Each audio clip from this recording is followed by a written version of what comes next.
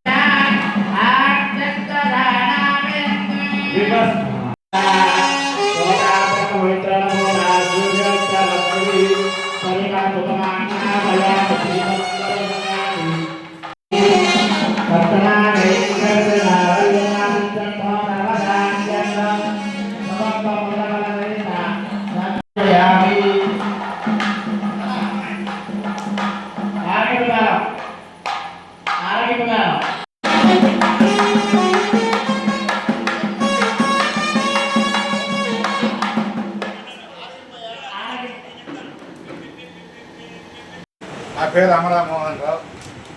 బాలాజీ నగర్లోని సీతారామ స్వామి మందిరంలో ఇక్కడ ఉత్సవాలు, బ్రహ్మోత్సవాలు చాలా ఘనంగా జరిగినాయి. ఉత్సవాలన్నీ కూడా లాస్ట్ స్టేజీకి వచ్చింది. ఈరోజు ఉదయాన స్వామివారికి అభిషేకాలు జరిగాయి. అభిషేకాల్లో కూడా మనము నిప్పును రాజేయాలంటే అంటే యాగంలోకి నిప్పు కావాలంటే మామూలుగా అగ్గిపుల్లలో ఏవో అటువంటి వెలిగిస్తాం. కానీ మా స్వామి మటుకు అట్లా కాకుండా న్యాచురల్గా గతంలో యాగాలు చేసేటప్పుడు ఏ విధంగా నిప్పును ప్రత్యక్షంగా తీశారో ఆ విధంగా 2 కర్రల యొక్క రాపిడితో ఆ రాపిడిలో నుంచి వచ్చే వేడి, ఆ వేడి ఎక్కువై ఉష్ణోగ్రత పెరిగి జ్వాలగా మారి ఆ జ్వాలే మా పెద్ద జ్వాలై ఆ జ్వాలలో నుంచే ఈరోజు అగ్నిహోత్రం స్టార్ట్ చేయటం జరిగింది. దాంతో ఆ కార్యక్రమం అయిన తర్వాత ఈరోజు సాయంకాలం కరెక్ట్గా 4 గంటలకి ఉభయకర్త గారి ఇంటి నుంచి, అంటే ఇక్కడ మా దేవస్థానానికి 3వ వీధిలో అక్కడి నుంచి పుష్పయాగం జరుగుతుంది.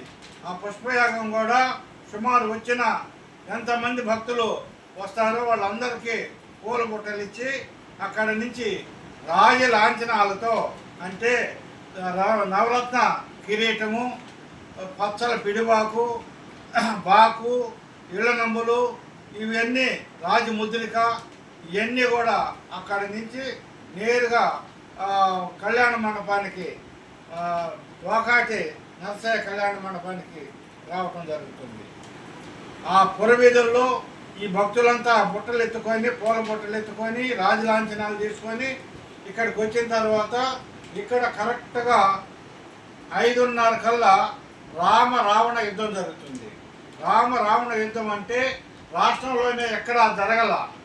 ఆ రావణ యుద్ధంలో రావణాసురుడు 20 అడుగుల రావణాసురుడు రాములు వారు చంపటము, దానికి ముందు లక్ష్మణుడు వచ్చి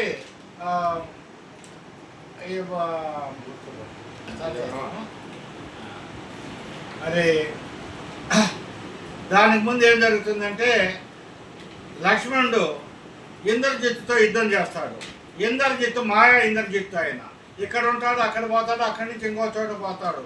అయినప్పటికీ లక్ష్మణుడు తీవ్రంగా యుద్ధం చేస్తే కానీ ఆయన బాణానికి లక్ష్మణుడు మూర్చపోయి చాలా ఇబ్బందిలో ఉంటే అప్పుడు రాముల వారు భయపడి ఏమైందో అని చెప్పి అడుగుతూ ఉంటే పక్కన రాజ్యవైద్యులుండి ఈయన పరీక్షించి ఇతను మూర్చపోయాడు, సంజీవ పర్వతాన్ని తెప్పి అలా సంజీవిని తెప్పిస్తే బతుకుతాడని చెప్పిన తర్వాత అన్నమని పంపిస్తే సంజీవిని తెచ్చేదాన్ని పోయి ఆడ సంజీవ మొక్క ఏదైంది తెలియక పర్వతాన్ని తీసుకొని వస్తారు ఇక్కడికి. ఆ పర్వతం ఏ విధంగా గాల్లో వచ్చేది చేసేది కూడా మీరు కళ్ళారా చూస్తేనే మీకు అర్థమవుతుంది. కాబట్టి భక్తులందరూ కూడా ఆడికొచ్చి చూడాలి.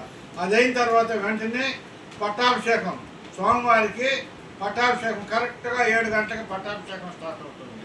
కాబట్టి ఆ పట్టాభిషేకానికి పుష్పయాగం కూడా జరుగుతుంది. చాలా ఘనంగా ఉంటుంది. కాబట్టి భక్తులందరూ వచ్చేసి ఈ కార్యక్రమంలో పాల్గొని స్వామివారి యొక్క ఆశీస్సులు తీసుకోవాల్సిందిగా కోరుతున్నాను.